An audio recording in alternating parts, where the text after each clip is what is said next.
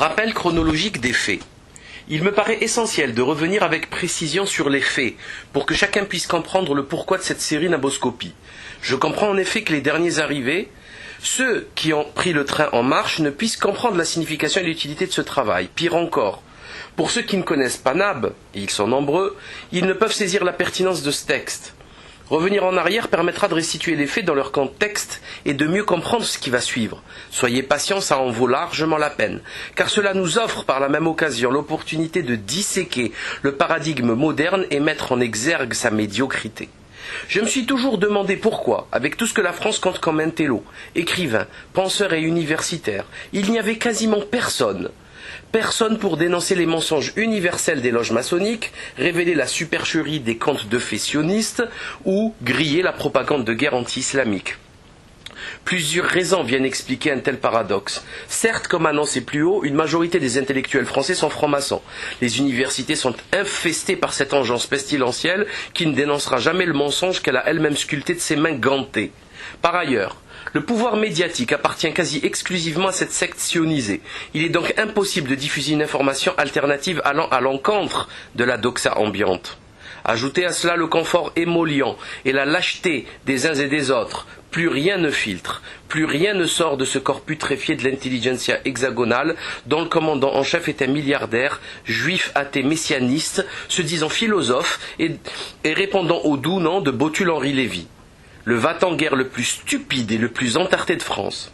In fine, il est essentiel de rappeler que l'on vit une époque de grande médiocrité, de bêtises pesantes jamais égalées dans l'histoire humaine. Nous vivons un Kali-Yuga finissant, une fin des temps qui porte en elle les germes de son suicide. C'est précisément ici qu'intervient Nab. J'ai découvert et connu le travail de Nab après le 11 septembre, à la sortie de son livre publié aux éditions du Rocher, Une lueur d'espoir. Plus exactement, après son passage chez Ardisson. J'avais alors découvert un écrivain qui s'intéressait au massacre commis par l'Occident de millions d'arabo-musulmans.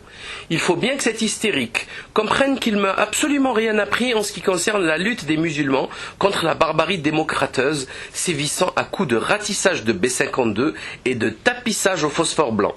Les meurtres de masse, les coups d'État, la vampirisation de l'Afrique par les gouvernements maçonniques euro-atlantistes, nous les vivons dans notre chair. Nous laissons les mondanités germanopratines à ce nabot gonflé de suffisance et d'arrogance. Lui qui a l'outrecuidance et le culot de croire qu'il va nous désigner les coupables de nos malheurs et nous apprendre à nous battre face à l'injustice. Non, cher Marc-Édouard. Il y a de cela près d'un demi-siècle, Boumedienne expliquait dans une allocution restée célèbre, « Nous sommes avec la Palestine, qu'elle ait tort ou raison. » Ceci n'est pas discutable et encore moins négociable. Cette lutte est consubstantielle au corps de chaque maghrébin, chaque musulman né sur cette pauvre planète. A-t-on attendu un pitre gribouilleur sur Harakiri pour nous expliquer cela ? Néanmoins, il sortait du lot et représentait un atout de contre-propagande dans un environnement hostile. C'est pourquoi, après avoir lu quelques-uns de ses ouvrages, j'ai décidé d'aller à sa rencontre à Paris. J'arrive accompagné d'un ami fin septembre, début octobre 2004, place Saint-Sulpice, pour me rendre au siège des éditions du Rocher. Après réflexion, je trouve le moyen de le contacter en lui laissant un message. Il vient à notre rencontre et autour d'un café, je lui explique le pourquoi de ma présence. Je lui dis qu'il serait utile de monter un site internet afin de faire connaître ses écrits. Je lui explique que le futur est au web et qu'il n'a plus besoin des médias classiques pour communiquer. Je vois vite qu'il ne me prend pas au sérieux, et que pour lui, le net, issu des nouvelles technologies, est peu attractif et sans avenir comparé à la noblesse du papier. Alors qu'il n'a jamais été question d'abandonner l'un pour l'autre. J'arrive néanmoins à le convaincre, d'autant qu'il ne prend aucun risque et que c'est gratuit. Le futur me donnera encore une fois raison. On arrive donc à se mettre d'accord sur la mise en ligne d'un site web sur la plateforme de Free, marc-edouardnap.free.fr, avec construction d'un forum de discussion. Il faut ajouter qu'un site avait été créé par un certain Frédéric Vignal, mais tombé dans l'oubli, puisque fermé après une énième embrouille avec le nabot. Très vite, le site aura un certain succès. Le forum va cumuler petit à petit un petit nombre d'inscrits et les discussions y seront quotidiennes. Forum qu'il clôturera par la suite vu le nombre de messages antinabiens qu'il recevait. Comme prévu, il utilisera les pages des brèves et de l'actualité pour régler ses comptes avec ses ennemis parisiens. Pourquoi pas? C'est de bonne guerre. Quant au webmaster du site que j'étais, il donnera plusieurs versions autour de lui. Tantôt ce sera une équipe, à d'autres il dira que c'est une fille qui gère le site. Le nabo cultive le mystère et la propagande afin de faire croire qu'il est bien entouré, qu'il n'est pas seul. Malheureusement pour lui, il n'y a pas plus solitaire, plus asocial et infréquentable que cet être amer et hystérique, cette boursouflure égotique détestable. Pour ma part, j'ai réussi à garder des distances de respect en instaurant dans nos relations un vouvoiement constant. Le travail se fera à 99% par téléphone ou par courriel, lui étant à Paris et moi à l'autre bout du pays. Il écrira également 99% des textes du site. Il est d'ailleurs fort curieux de constater que ses adversaires soient tombés dans le panneau, tant le style était reconnaissable et les détails dénonçaient clairement l'auteur. C'était évident. Il a fallu que je lui demande de faire attention en changeant son style, le style des brèves mais sans succès. N'a toujours réglé ses comptes via son site, en faisant croire que ses écrits étaient mon œuvre. Il utilise toujours la même ruse aujourd'hui, encore pour ses courriels ou la rubrique nouveautés. On a également usé et abusé, comme tout le monde, de la technique des multicantes. Il va être obligé de mentir ou omettre de parler de ce sujet pour se défendre. Juin 2006, un cousin m'apporte la vidéo Loose Change 2 sur les attentats du 11 septembre. J'étudie soigneusement la question et commence mon travail d'investigation sur le web par l'intermédiaire des vidéos postées sur la plateforme Dailymotion avant la censure ayant frappé mon compte à la suite de l'affaire Skyrock Bélanger. Mes recherches me conduisent dans les méandres de la réalité occulte de ce monde et j'essaie de les partager avec mes proches. Nap sera réfractaire à toute remise en cause des événements de cette fameuse journée de septembre. Pour lui, nul besoin de lire des livres ou de prendre en considération des preuves factuelles. C'était ainsi, c'est trop tard, puisqu'il avait déjà bâti une partie de son œuvre sur cette erreur grossière. Le nabo n'aime pas les complots. Mais il aura le culot de donner comme seul argument concernant le témoignage déterminant de William Rodriguez que c'est un, je le cite, gros connard. Très très fine analyse. Il utilisera la même rhétorique que les journalistes laqués du système. Je le cite encore, la théorie du complot sur le 11 septembre, ce sont des élucubrations de gamins concoctés sur le net. Fin de citation. On croirait entendre Ariel Wiesman sur le plateau de Canal+. Faut-il rappeler que parmi les mino-élucubrateurs figurent Andreas von Bülow, ex-ministre allemand, Francesco Cossiga, ex-président italien, Leonid Ivashov, haut gradé militaire russe, Hugo Chavez et son héros Ahmadinejad et bien d'autres personnalités politiques importantes. Pour un anti-forissant, le nabo est décidément un négationniste d'une rare violence. Les discussions étaient longues, passionnées, répétitives, mais il restait fermé. Rien ne pouvait lui faire entendre raison. 2 années passent, mes travaux commencent à rencontrer du succès, puisque les alertes que je donnais se réalisaient directement sous nos yeux, quelque temps après. Le scandale de la grippe H1N1, par exemple, ou la crise des subprimes annoncée par mes soins avant les élites médiatico-politiques, et qui arrive avec son cortège de suicides et de faillites, rien à faire. Le nabo ne démord pas.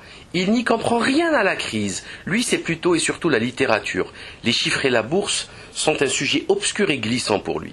D'ailleurs, pour parler de la crise économique, il utilisera le prisme du sexe en traitant de l'affaire DSK dans son dernier roman. Il est définitivement irrécupérable. Pour lui, seul compte sa vision artistique de tout événement. Il est dans le culte de l'art pour l'art en tant que finalité. La vérité dans tout ça, la vérité quoi ? On traitera de cette question essentielle de l'art dans un autre épisode. Essentiel. Ainsi arrive la publication de son roman L'homme qui arrêta d'écrire en janvier 2010. Il nous traitera sur 200 pages de tous les noms, sectes, lâches, traîtres, esclaves, malades mentaux, etc. La rupture est consommée. Je répondrai par une vidéo en 2 parties, Ma'aza wa law tarat, que vous pouvez consulter sur le net afin de constater ses erreurs et sa mauvaise foi. Il essaiera de me joindre, je ne répondrai plus à ses appels. Je peux accepter bien des choses dans la vie, mais qu'une femelle hystérique me traite de lâche est impardonnable. D'aucuns essaieront de me faire croire que le fait d'être un personnage d'un roman de Nab est en soi un honneur. Quel pitre! Ils n'ont vraiment rien compris aux enjeux actuels. Plus risible encore, ces petits chiots du moment, sous sa dictée, diront que je suis un fan aigri, déçu par mon idole. Le choix des mots est très troublant et la sémantique est d'essence spécifiquement religieuse. Je serais donc un fanatique qui vénère une idole ? Il faut vraiment être usé du neurone pour oser de tels blasphèmes. Ah, ces godillots suppôts du nabo. Croient-ils que leur complicité restera impunie ? Il suffit juste de patienter pour les voir, ces naïfs matelots, quitter le navire chavirant de leur prochain ennemi, qu'ils chérissent tant aujourd'hui. Ah, je vous garantis qu'ils vont le haïr. Ils ne feront jamais l'effort de répondre aux accusations portées contre leur maître du moment. Ils feront juste valoir des excuses de femmes déçues, dépitées et conduites. Je les cite. T'es jaloux, t'es aigri, tu ne sais pas dessiner, tu écris moins bien que lui. Discours lamentablement pathétique. Je maintiens pourtant que c'est un écrivain hors pair, le meilleur de sa génération, mais à quoi bon? Ils sont sourds et aveugles. D'aucuns avancent que je réalise cette série car j'aurais peur du livre à venir. Aux dernières nouvelles, hier, mardi 24 septembre 2013, mon hébergeur a suspendu mon site suite à une mise en demeure de l'avocat de Nab. Je ne savais pas que l'homme le plus littéraire de France était procédurier. C'est nouveau. Aurait-il perdu son sang-froid? Et dire qu'il n'a pas porté plainte contre Georges-Marc Benamou lorsqu'il l'a frappé et humilié en lui cassant ses lunettes sur le plateau d'Apostrophe. Ni sur Josiane Savigno lorsqu'elle a versé par 2 fois sa flûte de champagne sur son visage. On se demande bien qui craint l'autre. De plus, qui va lire son pavé de 1000 pages de dégueulis d'hystérique en pleine phase hormonale? Entre-temps, son frère ennemi Alain Soral, ami de longue date, a fait le chemin inverse. Après de longues lectures, il parlera du complot du 11 septembre, de maçonnerie, de crise économique, d'eschatologie. Il lui siphonnera ses lecteurs et le tournera en ridicule. Il en sera malade à crever. Est-ce si extraordinaire? Le train avance, le nabo a préféré rester sur le quai avec ses rêves burlesques et ses désirs absurdes. Il lui suffirait d'examiner le logo du MI5 britannique pour comprendre. Mais non, il ne fera pas cet ultime effort, car il n'est pas question de rechercher la vérité, mais de soigner et nourrir un ego insatiable. À moins que d'autres raisons l'en empêchent. Quant à moi, je ne veux que prévenir ces potentielles nouvelles victimes qui pourraient être séduites par son grossier tour de bonneteau. Nab écrit bien comme Augustin le Sage peignait parfaitement. Est-ce suffisant pour être un génie, pour avoir raison? Nous sommes en 2013 et les événements s'accélèrent dangereusement comme prévu. Il est ainsi définitivement plus urgent et salvateur de s'occuper d'eschatologie que de scatologie nabienne. À suivre.